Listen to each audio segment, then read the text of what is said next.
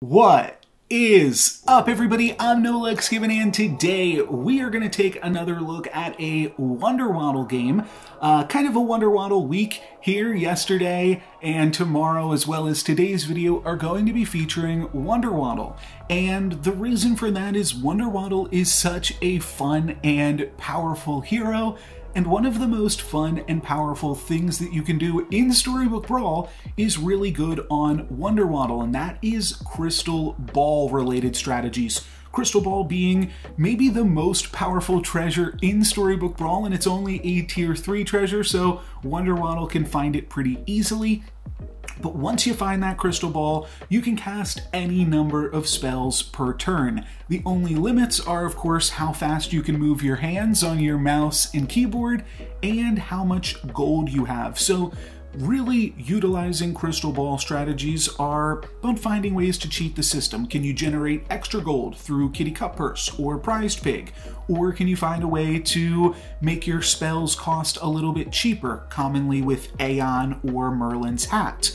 Or what if you had more gold than you could ever imagine? And you already know because of the title and thumbnail of this video, but in this one, we are going to be taking a look at a game featuring Holy Grail and Crystal Ball, which is a really powerful combination. It is something that I've only really done one other time that I can remember, and that is a game that you can find on this channel. It was a game that took place on live stream, and that also took place before the keyboard shortcuts came along to the game, where you could just press spacebar to roll, which made Holy Grail a whole lot stronger. So we are going to be taking a look at the buffed Holy Grail Crystal Ball in this game.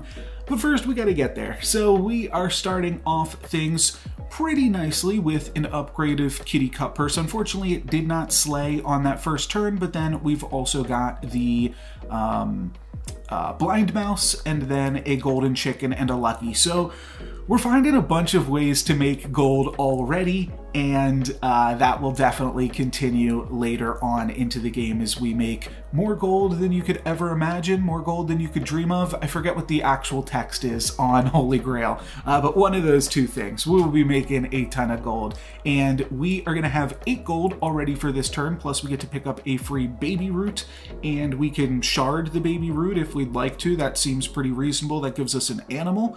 There's there's 2 or 3 evil animals that we could have found, or we could have found a Mad Mim. But yeah, ultimately that seems pretty good. I'm just going to wind up picking up a stag, and then we'll put this Polywoggle behind the stag and see what we can put together. But pretty strong start to start the combat off. Oh, I guess I'm actually going to hang on to the Polywoggle and try to upgrade it. Try to find a double rather than just throw it away right now. I think I like that. I mean, I could see playing that either way, just to get a stronger unit.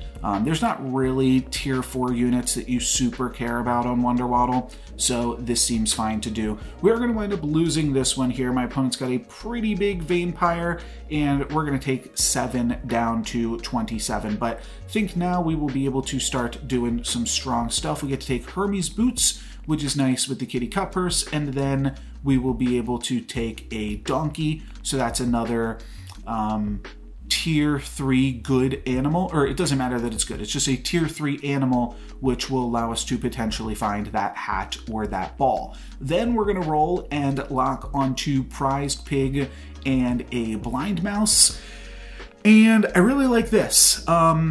There are a few interesting plays that we can make this turn, and I'm going to go ahead and triple the Blind Mouse, and that is going to give us access to Forking Rod. I do really like Ring of Rage, but when I am playing Wonder Waddle, I am basically trying to force Hat Ball wherever I can, and Forking Rod is just so good with that Crystal Ball. That also kind of lets you cheat on your gold that you spend as well, because for every spell that you cast, instead, you cast 2. so that can also be quite strong as well. And we are going to wind up taking a little bit more damage this turn, but now we get to make a triple of this prized pig, and that's going to find us the crystal ball. So there we go, we're off to a pretty good start. After we pick up this crystal ball, now we just have to find one of those ways to cheat the system, to find some extra gold. And we've got some good things brewing. We've got this prized pig, and then we also have the kitty cut purse. And there's a few things that I'm looking at here. I'm looking at Sporko, and Sporko is a mage, but it's also going to allow the Polywoggle to slay and allow the kitty cut purse to more easily slay. So I do like this Sporko, and I also like this Turkish Delight. And that's just going to give us one more XP. There's nothing that I really care about on tier 4 at this point, because I don't think that the easiest thing to do is going to be to find that hat. I think it's going to be much easier to just lock this Turkish Delight for the turn. Then next turn we'll pick up the Turkish Delight, and then on the following turn we will try to pick up an Aeon. And that will allow us to really start balling here, especially now that we found the Forking Rod. We definitely want to get some cheaper spells as soon as we possibly can. So that's the plan. We'll see how it goes here. And Polywoggle is going to get the slay, and so is Kitty Cut Purse. So we're off to a really good start. And then will our prized pig survive? That is going to be the other question, but it looks like it will.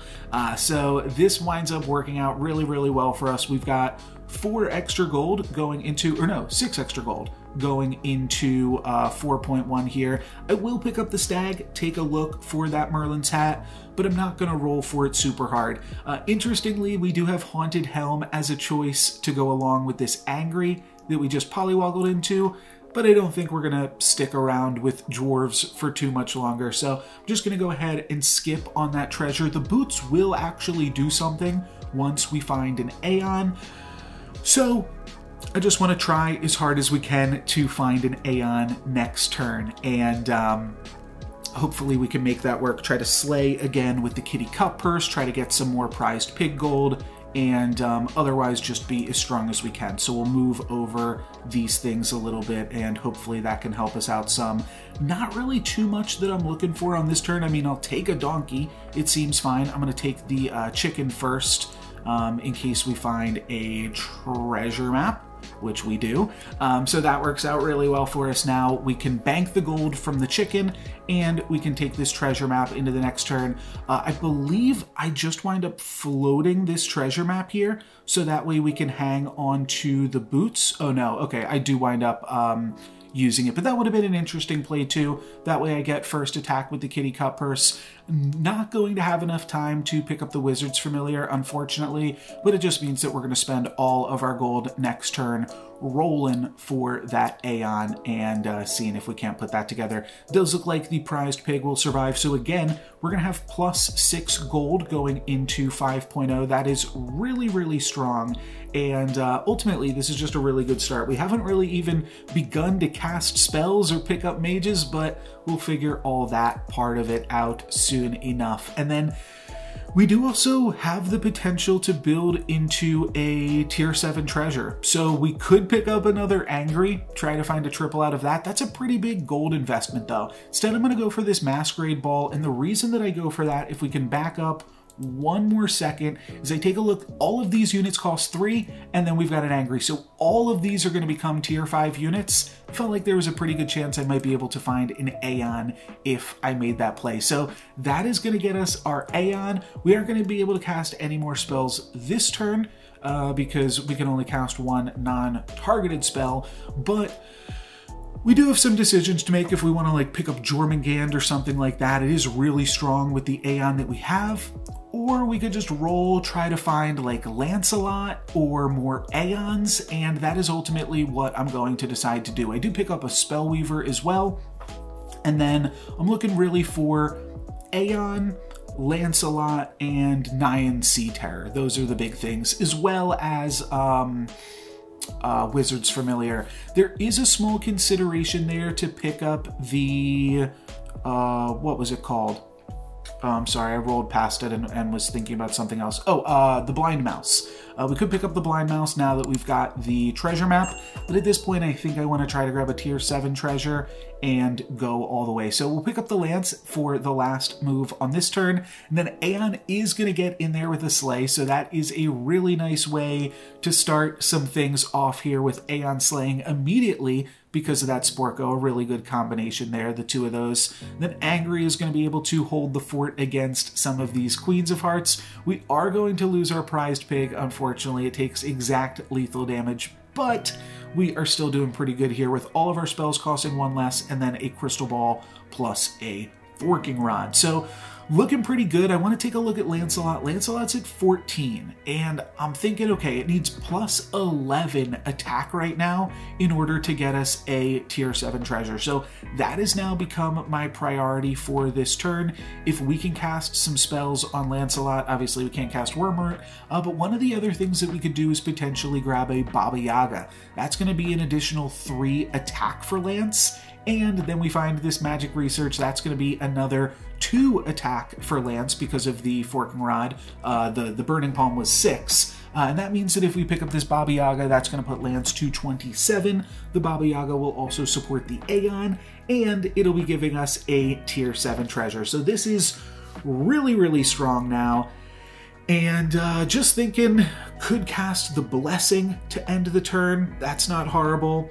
And put in these, just give us a little bit more strength for these upcoming fights, and then could put in the Spellweaver as well instead of the Goat or instead of the Angry. I'm just going to wind up rolling with this. I think this is fine, and I'm just thinking about what other things I want to have happen. But this is really good. We're now going to get a tier 7 treasure. There's a few pretty good tier 7 treasures that we could grab, and I guess you know which one that we're going to grab because of the title and thumbnail of this video, so no reason to keep you in suspense any longer.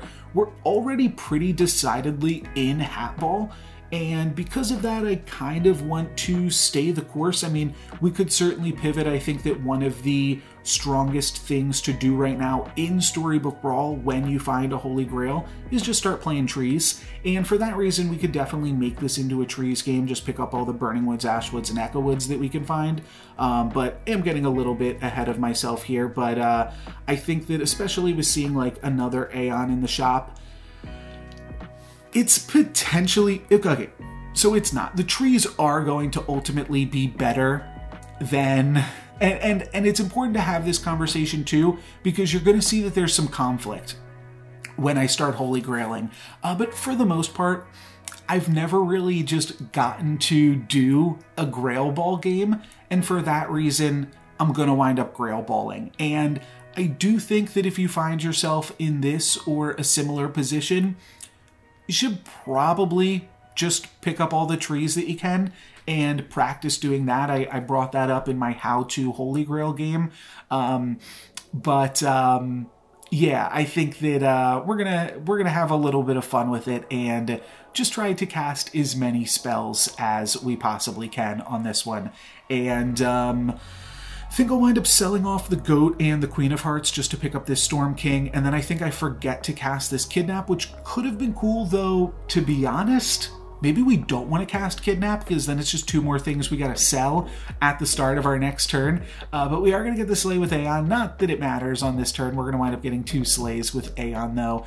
And yeah, there's a few things to consider. Like, do we want to use all of our gold on this next turn to pick up Storm Kings? Do we want to use it just to pick up all the trees that we can find? Or do we want to just use it and see how many spells we can cast? And I think that either of those first 2 options are probably better, but casting as many spells as we possibly can does seem like a lot of fun. So I am going to start with that in mind, and then we immediately get an upgraded Burning Tree. Okay. This kind of changes the plans a little bit. Now I'm like, okay, should I be picking up that Echo Wood? Should I be picking up this Ashwood Elm?